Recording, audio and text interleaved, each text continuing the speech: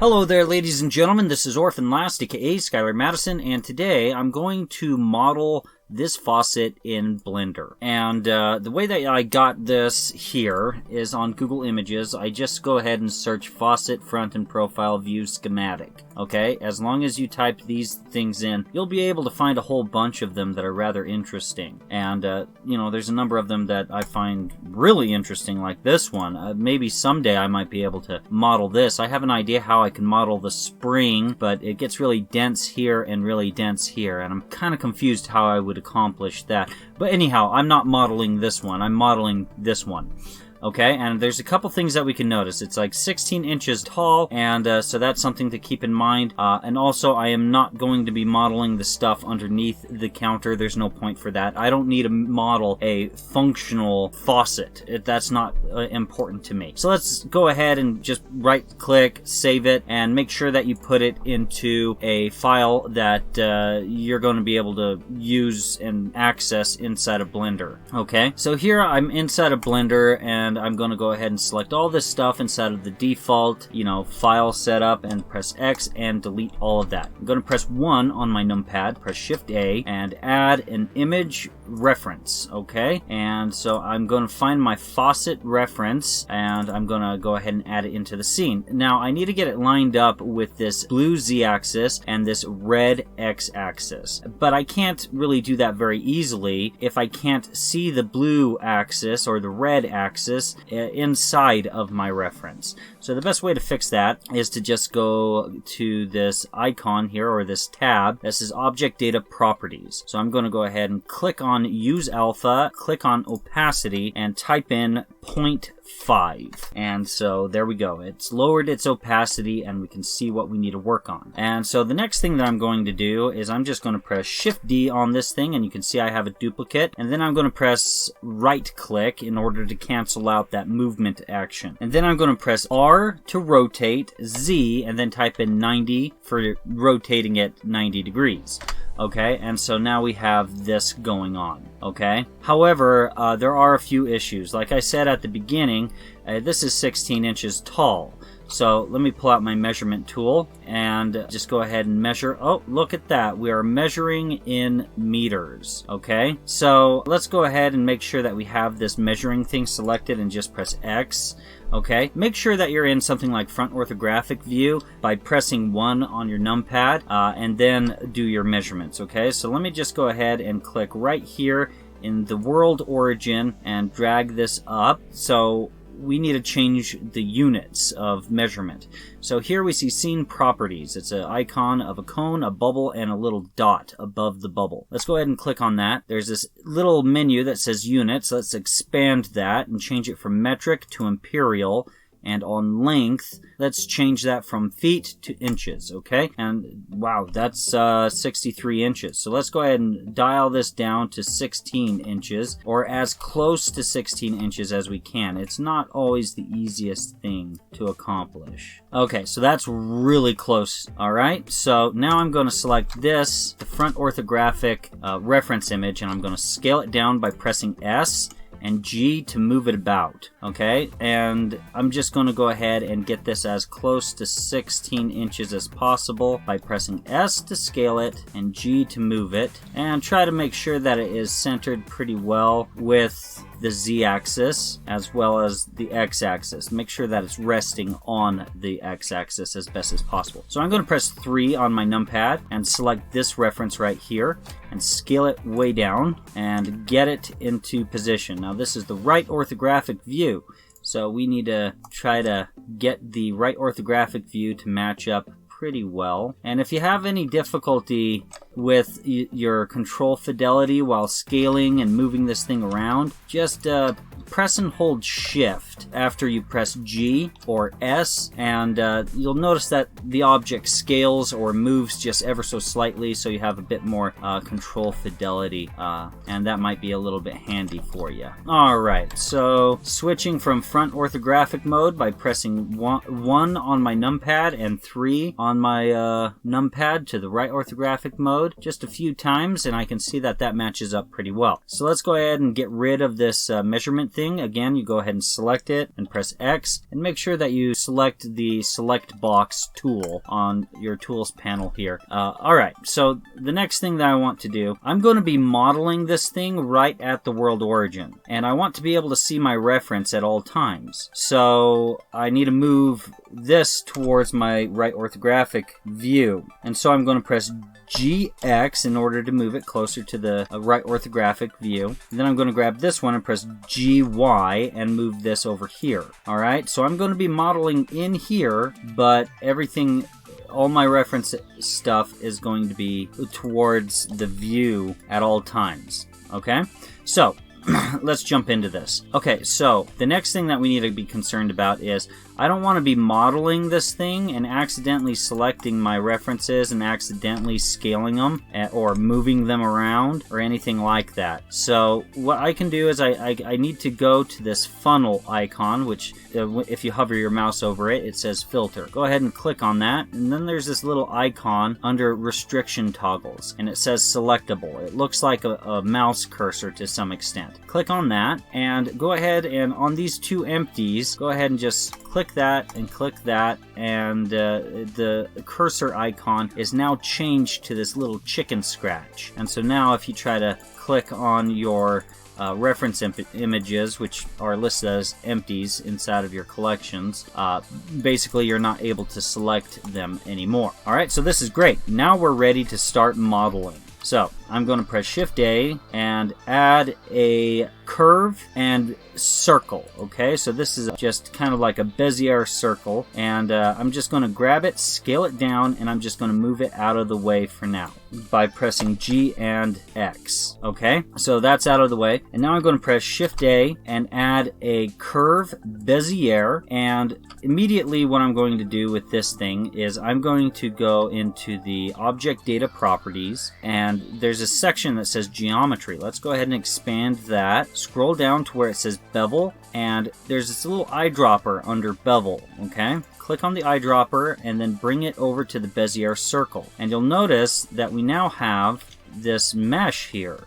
which is pretty cool. So I'm going to press 7 on my numpad to get the top orthographic view, and I'm just going to straighten out this really quick here. Now this operates a lot like the pen tool inside of Photoshop. So the vertexes that are on either side of one of these red lines are like handles to the pen tool inside of Photoshop or inside of Illustrator or Affinity Photo, Affinity Designer, Krita, whatever you're used to. It's like that, and I can make these longer in order to kind of strengthen their influence over the shape, and the equivalent to the control point is right in the middle of these red lines, okay, and I can kind of influence the shape that way as well. So let's press A to select all of the vertices on this bezier curve and press RY90, and we can see that it's pointed straight up. Okay, let's press G and get it into position right where we want it. And I'm going to press, since everything is selected, I'm going to press Alt-S and then just kind of scale it down by moving my cursor towards the center here. And that looks about right over there. And then I'm going to grab this handle right here. I'm going to move it towards the end, and I'm just going to grab it and bring it right here, like so. And then I'm going to have this vertex and this vertex selected. So basically what I need to do in order to do that is I just click on it, press and hold Shift, and click on the other one, right click and click on subdivide. Okay, and that gives us another control point in between the two of them. I'm going to go ahead and put this into position, just kind of finagle the shape just a touch. And I think I'm going to do that again. I'm going to grab these two, but this time I'm going to grab the one in the middle and then the last one, right click and go subdivide, and I'm just going to try to get this shape to work for me, playing around with these handles and such like that. And keep in mind, this is a three-dimensional shape, and so it helps if you rotate around it. You might find that it might be a little bit scawampus, and so if it is scawampus, go and press 7 and get it to be nice and straight, and then you know, go ahead and manipulate it either in your front orthographic mode or in your other mode. There is a problem though. I'm modeling this incorrectly. Let me press A, RZ 90. Yeah, okay, so that's more like it. Okay, so let me get this into position on my actual profile view. Make sure that it kind of matches with my front orthographic view and my right orthographic view.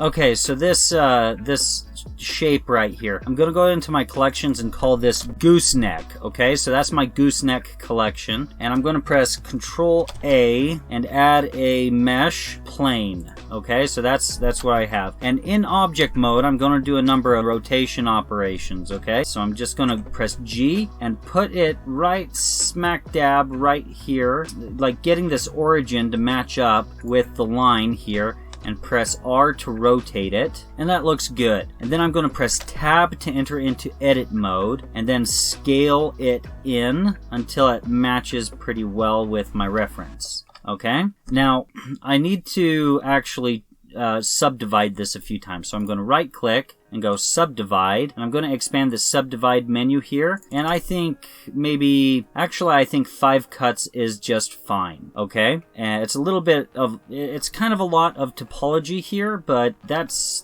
going to be fine for our purposes, because like if we can see in our front orthographic mode that there is this detail of the faucet, okay, and this plane inside of the collections. Let me go ahead and double click on it and then just call it the nozzle. Okay, so now I'm going to press keyboard 2, and I'm going to alt select this edge here, and then alt shift select, keep alt and shift held down, and select all these other loops all the way around. Okay, and now we need to use loop tools. Now this is an add-on inside of Blender. Every experienced user of Blender uses some sort of add-ons, and these add-ons are free and they launch with Blender, so there's absolutely no reason why you wouldn't activate at least some of them. Okay, so we go Edit, Preferences, and we see add-ons right here. Go ahead and make sure that's clicked. Go to the search menu, type in loop, and then we see loop tools here. Tick this box, and then go ahead and click here, save preferences, and close out of your preferences. Alright, and how to use loop tools is this. You just right click, we see loop tools here at the top, and then we click circle. That makes it so that I have to do a lot less work. That would have taken a little bit of time, okay? Okay, so what we need to do is we need to start extruding this, but the problem is that if I press G and Z, it's going to go straight up. Let me press Control Z there so that I don't actually extrude anything. Alright, so we need to go up here where it says Global, where it says Transformation Orientation, and we see that set to Global. Let's change that to Local, okay? Earlier we rotated this inside of Object mode.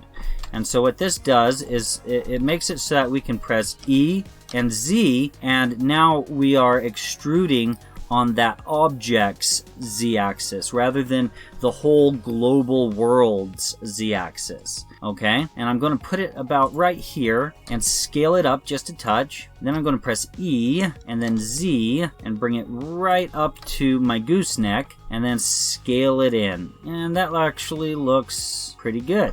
Okay, so that looks good. Now I want to isolate this object.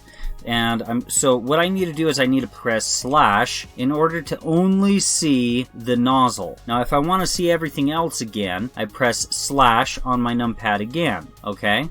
So slash to go into this mode, and I still have this edge loop selected, so I'm going to press Control F and go to grid fill. All right, and that gives me that. But I think sometimes the grid fill does some weird things, so that sometimes it does this corkscrewing effect. So this is kind of frustrating. So I think what I'm going to do is I'm just going to copy what I see going on here. So I'm going to press keyboard 1. I'm just going to select these two vertexes and press F and just kind of copy what I see going on the other face as best as I can. Once I have a number of edges in here, I'm going to select all 4 of the edges going around and press F, and then just keep doing that. I'm going to have edge select selected on, so keyboard 2, and 1, 2, 3, 4, 5 edges. So I'm going to select all of these edges to these faces that I'm creating. Okay, by shift and clicking on them, right click and go subdivide, and then dial this up to 5. Alright, and that worked out pretty well. So now I just need to start closing this gap, copying what I see on the other side. Okay, that was a little time consuming, but that's fine. So now I'm going to select these faces here. I'm going to right click, go to loop tools, circle. And then I'm going to scale this up just a touch. Then I'm going to press E and then just kind of move it in. Okay, and we can see that I'm not moving it in horribly too far, but basically eventually someday I'm going to revisit this model and model some sort of hose that goes into this. But that's not necessarily today. Okay, so now I want to start adding some of the, the sprayer functionality to this thing.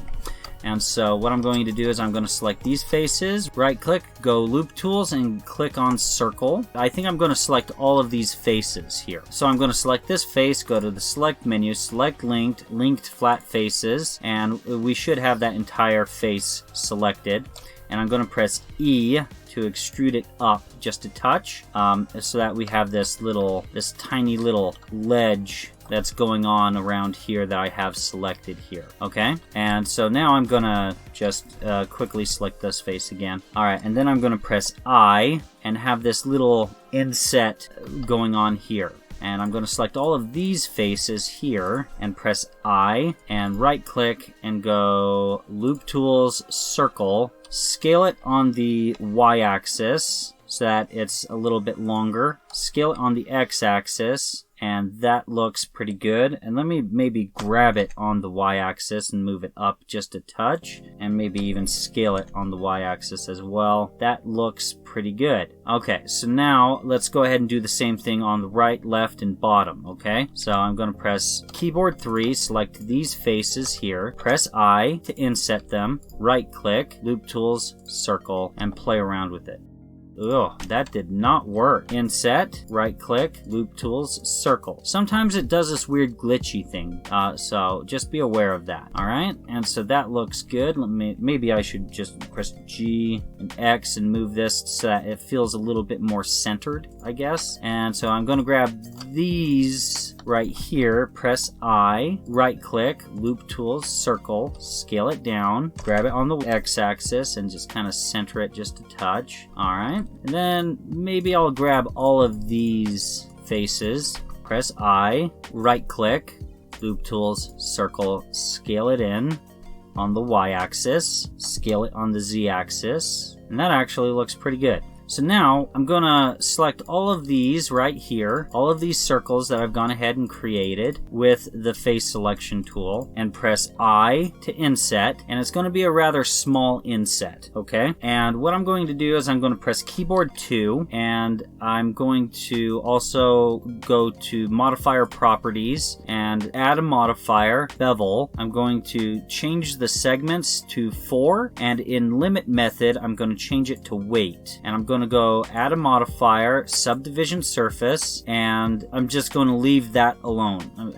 But what I'm going to do is there's this little expand arrow. Let's go ahead and minimize these on the modifier stacking order stuff, and so that should be good.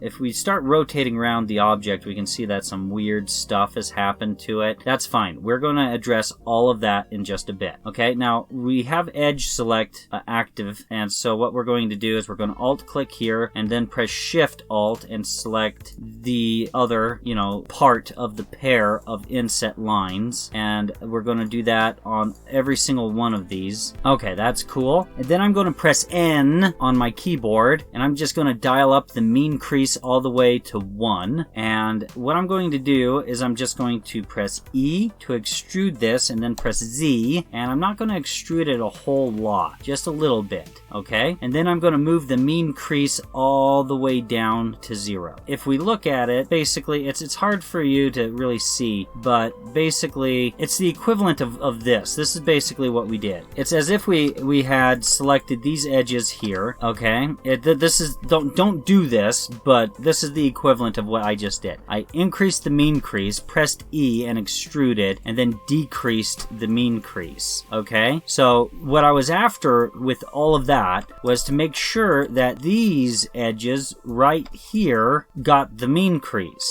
But I don't care about these ones. These ones can look like they have a bevel to some extent. And the subdivision surface modifier sometimes makes it appear as though there's a bevel there. And so I'm going to press Ctrl Z a number of times in order to cancel out all of that I just did, so that I can continue with this. And now I'm going to grab these vertexes and press GZ and bring them out just a bit, and then grab this middle one, grab it and press Z, and that looks good. So now we have kind of like a, well, let's make that a little bit more pronounced. GZ, yeah, okay. So now I'm going to grab this middle one, GZ, and pop it out. That looks good. GZ, and now it kind of makes sense why I decided to give this so much topology. Alright, yeah, okay, so that's our nozzle, but we still have some work to do with this, okay? So I'm gonna press keyboard 2, and I'm going to select this edge loop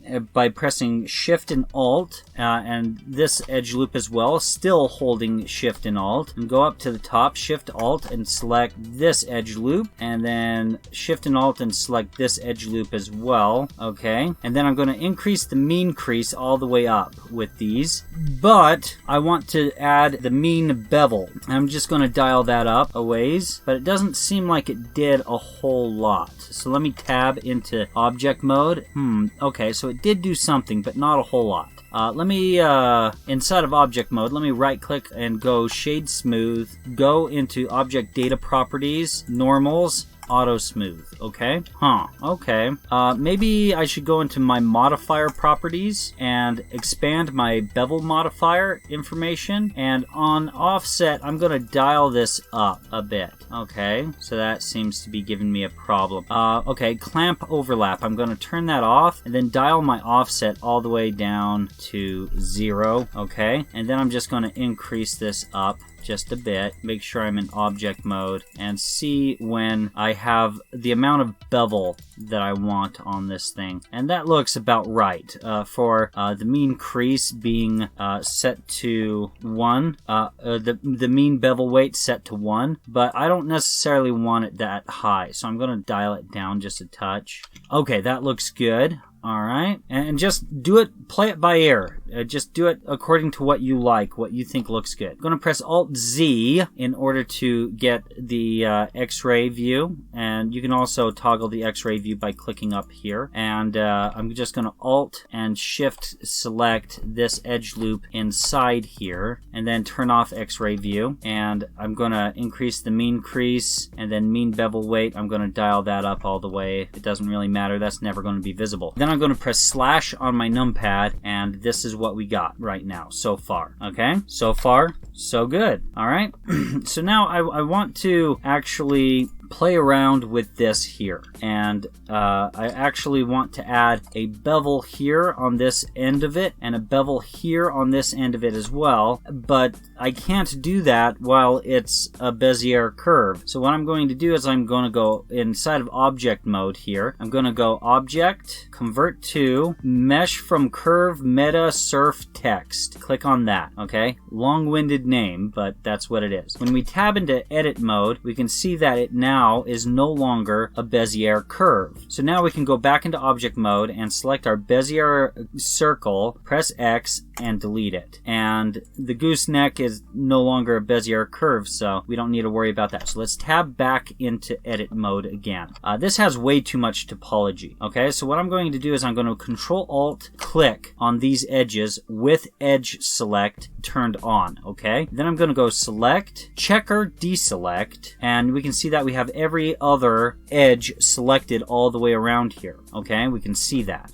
Okay, so now what I'm going to do is I'm going to go select loops, edge loops, and now we have the entire loop to those every other edge loop selected. Okay, and now I'm going to press X, and make sure you don't just go edges here. Do not select that. There are times when you will. In fact, you will use that a lot, but let's go dissolve edges down here, and that makes it so that you don't delete all the faces, and this makes it so that you don't have to patch up your mesh all over again. But let's do that again. Let's decrease the topology even more. Let's Control Alt select this, select, check or deselect, select loop, edge loop, and then press X, dissolve edges, and that looks pretty good. Let's press Tab to go into object mode, and then add a bevel modifier, and then let's go ahead and dial up the segments to 4 and set the limit method to weight and minimize this bevel modifier. Go to add modifier and then go subdivision surface, and that's good. Let's minimize that and tab into edit mode and press slash on our numpad, and with edge selected, and so now we're going to alt select this edge loop here at the end and press Control F, grid fill. All right.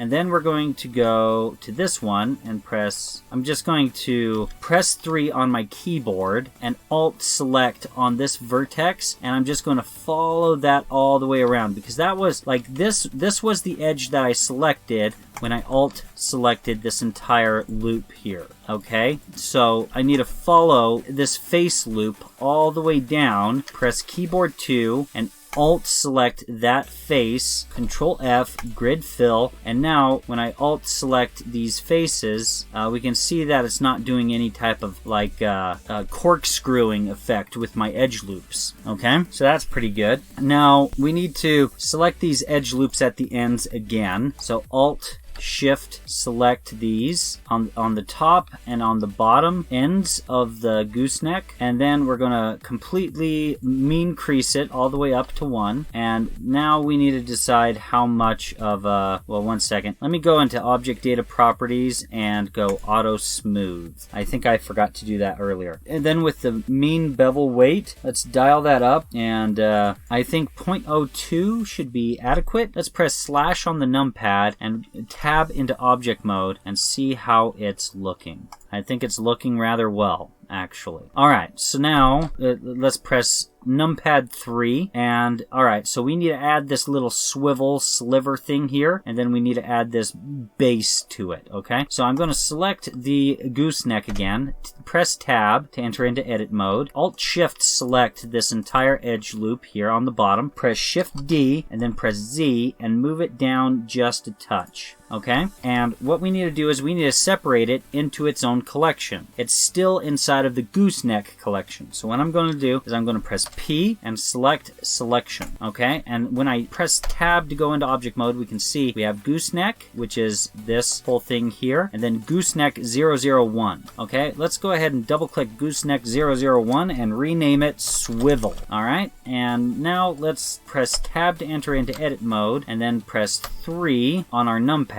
and press A, G, Z in order to bring it up just a bit. That looks good. And then press E and then Z, and that just bring it down. Let's see how that's looking. Okay, that's looking a little weird, but that's fine. Let's go ahead and Alt select this edge here, and the mean crease is all the way up. Okay, and what we're going to do is we're going to go ahead and press Control F, grid fill, then we're going to Alt select this top one and Control F and grid fill, and we can see that it's the same on either side. Let's press slash on our numpad and press tab to enter into edit mode, and I'm not liking how these mean bevel weights are looking. I don't like that. So I'm going to select both of these edge loops, the top and bottom one, and I'm actually going to manually type this in. So 0.01, I like that a lot. And I tabbed into object mode. I'm going to right click this, shade smooth. Let's make sure I select the gooseneck as well and shade smooth it. But with the swivel selected, let's make sure auto normals. Okay, auto normals are good. Okay, so now we're going to do this again. We're going to select the swivel, and we're going to Alt Shift select this entire edge on the bottom here, Shift D,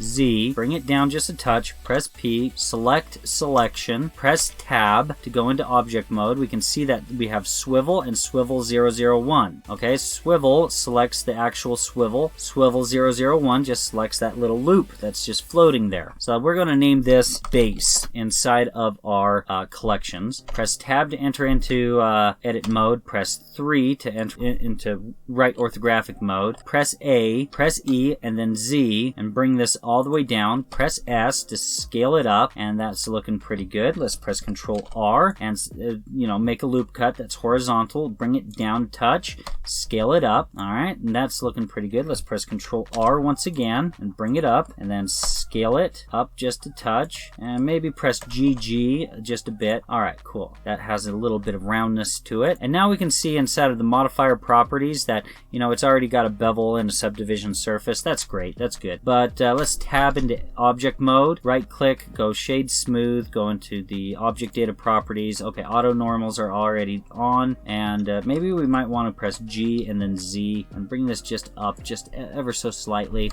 and see if anything needs to be adjusted in our right orthographic mode. Okay, so it looks like the top and bottom of this thing, it doesn't exist yet. So maybe we might want to adjust that situation just a bit. Okay, so how we're going to do that is this. We're just going to press slash on our numpad, and what we're going to do is we're going to alt select here, Control F, grid fill. Okay, and once again, we're just going to, since I edge selected this, and then the grid fill, I'm just going to follow this face loop down and go Alt Edge Select all the way around here, Control F, grid fill, okay? And we can see that it's the same on the top and on the bottom, so that when I Alt Select these edge loops, they're not doing any type of corkscrewing effect. And that's exactly what we want. We want it to be like that. Let's press slash on our numpad, and there's a few things that we need to still do, okay? The first thing that I feel like I need to do is I need to go back to the nozzle, and I need to add this rubbery section here. So what I'm going to do is I'm just going to add some loop cuts. I'm going to press Control R and slide it on up here, and press Control R and slide it on down right here, and I'm just going to go face selection mode and select this stuff here. Right click, loop tools, circle, scale it on the Z axis to try to get it to match fairly well. Press keyboard 1 in order to go vertex selection mode. Click on one of the vertexes and press GG in order to move it, and I'm just going to try to get these to match what's actually there here. Alright, and so now what I think I need to have another edge loop around here, so I'm going to press Control R and go like that. Select these edge loops, GG, and just try to get this shape to match what's inside of my reference pretty well. Alright, so now that I have that accomplished, what I'm going to do is I am going to go face selection mode and press I, and then press O to get the inset to be on the outside of what I'm working on. And I don't need it to be too massively huge, but that will be good as a supporting edge loop. And I'm just going to press E and bring this in just a touch, and that looks good. I'm going to go into my modifier properties, and I'm going to minimize the bevel, and we can see this icon that looks like kind of a monitor. Let's click on that on both the bevel and the subdivision surface, and that turns off your modifier like turning off a layer, just kind of, hiding it from view, okay? And this makes it so that when I press keyboard 2, I have access and I can see my edge loops much easier. So I'm going to Shift Alt select these edge loops, the internal one and the external top one, and I'm going to mean crease them, and I'm going to bevel them just a touch, and let's activate the subdivision surface and the bevel once again and tab into object mode. Okay, let's tab back into edit mode. Let's dial up the bevel even more and then tab back into object mode. Okay, yeah, that looks good. That looks good. I like that. Alright, so now let's press keyboard 3, select all of these faces, and let's deactivate the subdivision surface and select these edge faces up here, and that looks good. And so let's press Shift D in order to duplicate it. I'm going to right click in order to cancel out that movement, and then I'm going to press P and just to pop it out of the collection and select selection. Okay, and so I'm going to tab into object mode. We see nozzle and nozzle 001. Nozzle 001, I'm going to double click it and type in rubber buttons. Okay, excellent. And now I am going to tab back into edit mode, go to overlays, and select face orientation. Okay, and now we see that there's a number of problems. Let's go into object mode, select the nozzle, and let's press slash on the numpad in order to take a look at this. Alright, and let's tab into edit mode, press A, and go mesh, normals, flip, and we can see that all of the normals have now turned blue, and that's the way we want it. Press slash on the numpad once again. Let's press tab to go into object mode, select the base, and press slash, and we can see that all of the normals are, or the faces and such, are red. So let's tab into edit mode, press A, mesh, normals, flip, tab back into object mode, press slash, select the swivel, and press slash. Once again, all of the normals are red. Tab into edit mode, A, mesh, normals, flip. Press slash. Wait, actually no, we don't need to fix that. What we need to do is we just need to press keyboard 1 and select this vertex, press F, right click and go subdivide, select this middle vertex that we've just created and select this top vertex and press F, and then select shift, select these two, press F, and then select these top vertexes here and press F, select these, F, select these, and press F. Alright, excellent. That's awesome. Let's turn off the face orientation. Let's go to overlays and just click here. And what we need to do now is this. So let me go into object mode, right click, shade smooth, make sure auto normals are activated. Awesome.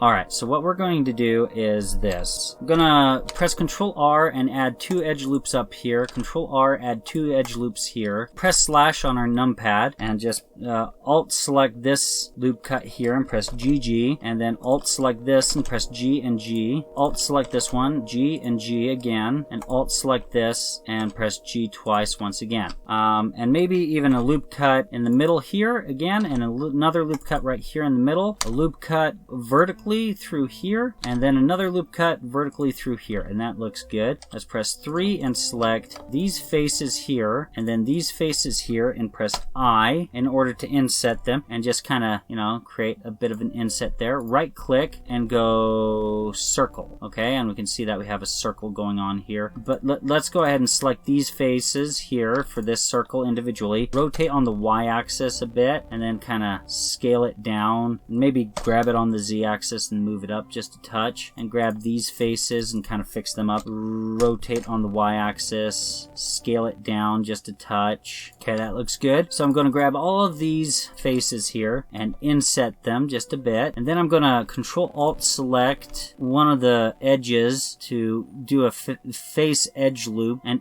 in order to select this face loop, and then Control Alt Shift select that face loop right there. Dial up the mean crease all the way up, and then extrude it just a touch, and then dial the mean crease all the way down again. Let's activate the subdivision surface to see how this is looking, and tab into object mode, and we can see it's looking pretty good. Let's tab back into edit mode, press keyboard 1, and grab this vertex and this vertex, and press GY, and then just kind of pull out this nice looking button.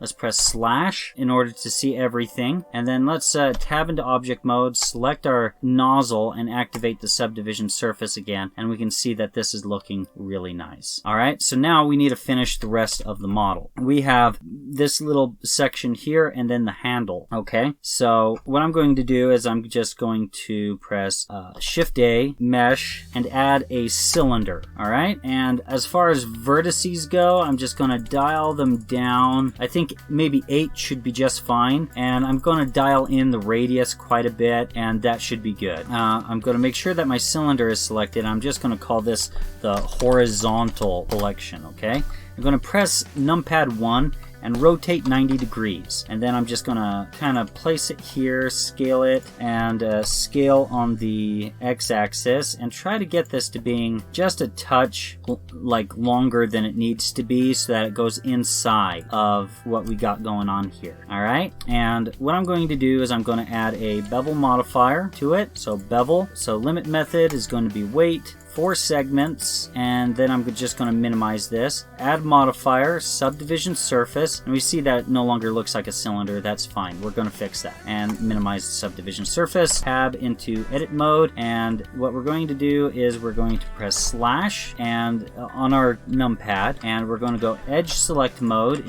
by pressing keyboard 2, alt select this edge loop, alt shift select this edge loop, mean crease it all the way up, and add a bit of a bevel to it. And that looks good, but one thing, I want to just alt select this one so that I only have that edge loop selected alone and get rid of the bevel on it. Okay, so now I want to press Control R and add a few, let's say 3 edge loops here, and I want to press GG in order to move it over here, and then I want to just press Shift and Alt and deselect this, press G and then G again in order to slide this, Shift Alt select this one, G and then G again, and move this over here. Let's go ahead and press Alt select this here and go into the Object Data Properties, and on Vertex Group I'm going to press plus, and I'm just going to click Assign on that. We can see the weight is set to 1. We want this edge loop to be set to 1. I'm going to Alt select this one, and I'm going to dial this down to about 0.7 and then assign it, and then Alt select this one and dial this down to 0.4 and assign it, and then Alt select this one and dial it down to 0.2 and click Assign. And then I'm going to rename this Vertex Group to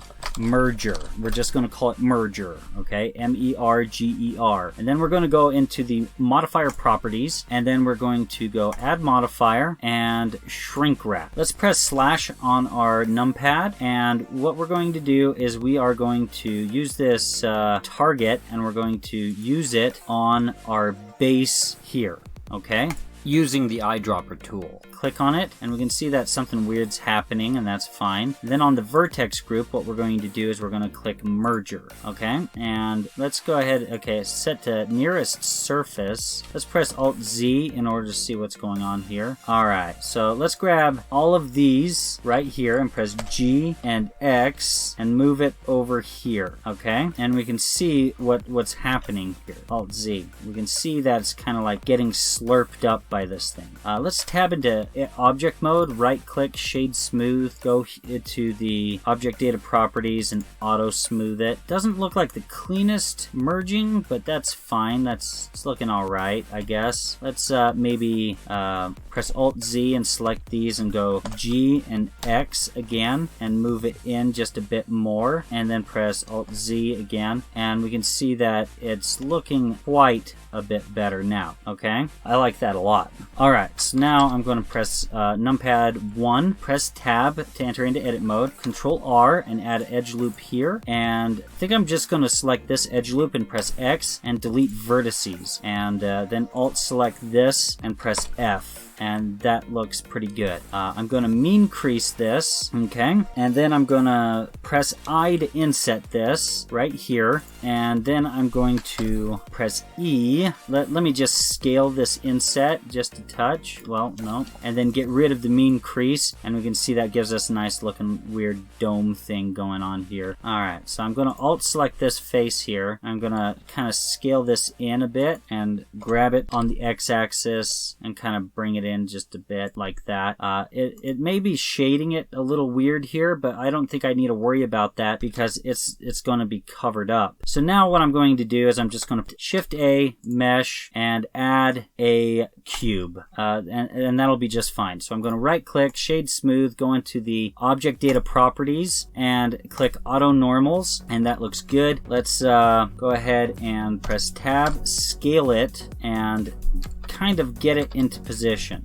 So what I'm going to do is I'm going to press Control R and add an edge loop there, Control R, add an edge loop there, and select these edges here. Press Alt Z and select these edges right here. Press Alt Z again, right click, loop tools, circle, and that gives me a bit of a cylinder going on here. And let's go ahead and scale it to kind of match our reference a bit. Okay, so let's grab it right about here, I think, and press Alt Z, grab these edges, grab it on the X-axis, and move it over here.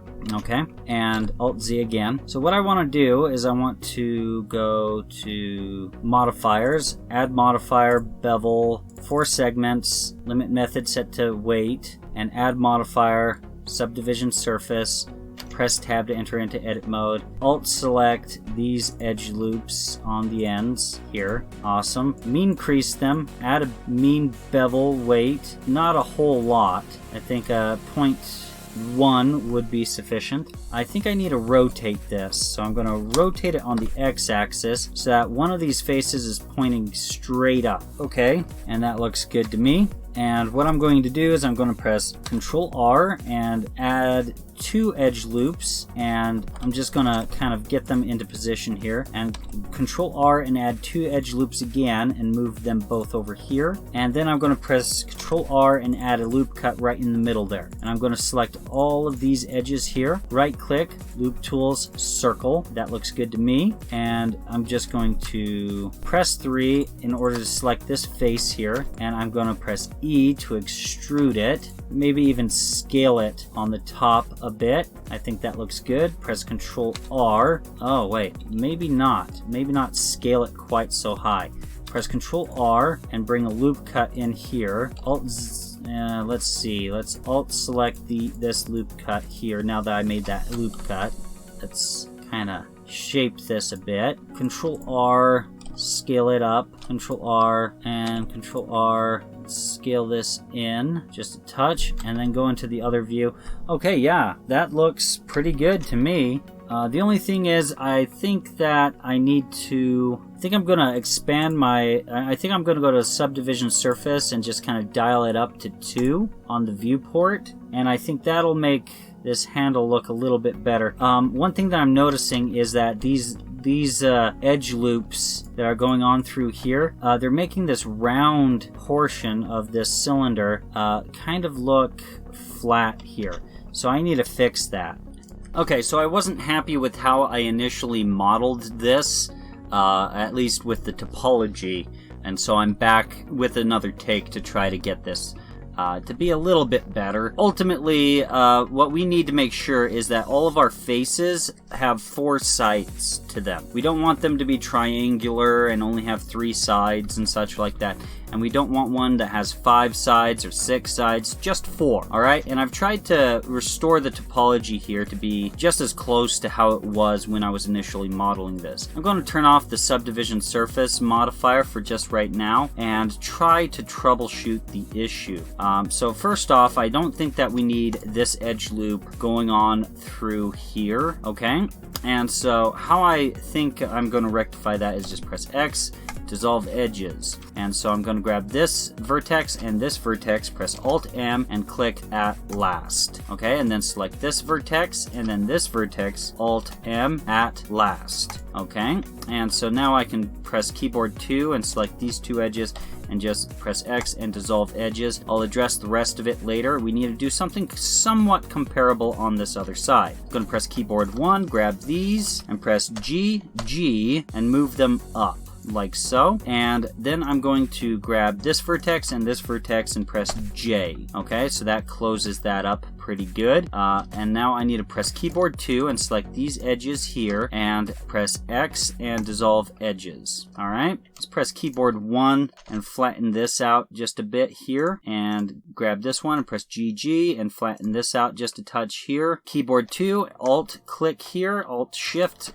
click here, and that grabs this remaining portion of this edge loop that we've been kind of trying to get rid of. So X, dissolve edges. So we still have one edge loop that's going all the way within this region that we don't want. But it is a complete edge loop. That's the sad thing about it. So let's try to fix this as best as we can. So what I'm thinking about doing is this. I'm thinking about pressing K for the knife tool and clicking right smack dab in the center right here, and then clicking it into the corner here and pressing spacebar. Then pressing K once again and click here, here, here, here, rotate around here, and then over here in this corner. and press spacebar. And now if I press keyboard 2 and I get rid of all of this going around here, let's see if that seems to resolve the issue. Dissolve edges. Okay, so we have a face right here that has 4 edges, 4 corners, 4 vertices. And then we have another edge here that has 4 vertices, which is great. And we've kind of just rerouted this whole edge loop here, so that it just goes kind of all the way around here and then back up here. So that's the full edge loop going like that. Okay. Now I don't know if this is necessarily a clean topology. When I go ahead, well, it is clean, but I don't know if like a professional with modeling would think this is a good looking mesh. But let me turn on the subdivision surface modifier, and we can see there's just a tiny touch. Like if we look at the reflections, we can see there's a tiny touch of distortion happening around here. But if you actually think about it, that's somewhat normal with this sort of thing. Like if you look at most kitchen sink handles, it does tend to kind of distort in that region anyhow. And so I don't think anyone's going to really complain about that sort of thing. And we can see that here at this bottom here on this face, it's now nice and clean. It's not like flat and all that. So that's good stuff. Good news there. All right, so let's continue and just kind of look over my model. Let me go up to here to shading and click on matte cap. Click here and click on this nice shiny studio light. And we can go ahead and take a look at our model. Anyways, guys, if you've enjoyed it, please feel free to like, share, and subscribe. And if you guys would like to get more notifications from me, feel free to click on the bell or go ahead and follow me on Twitter or join my Discord server. A link to my Twitter and Discord is in the video description below. If you'd like to support this channel, there's an image of my mascot in the upper right corner of the screen right now. It leads to my Patreon. Any support would be much appreciated. And if you guys would like to see more of my content, feel free to click on anything else that's appearing on the screen right now. Thank you very much for your time.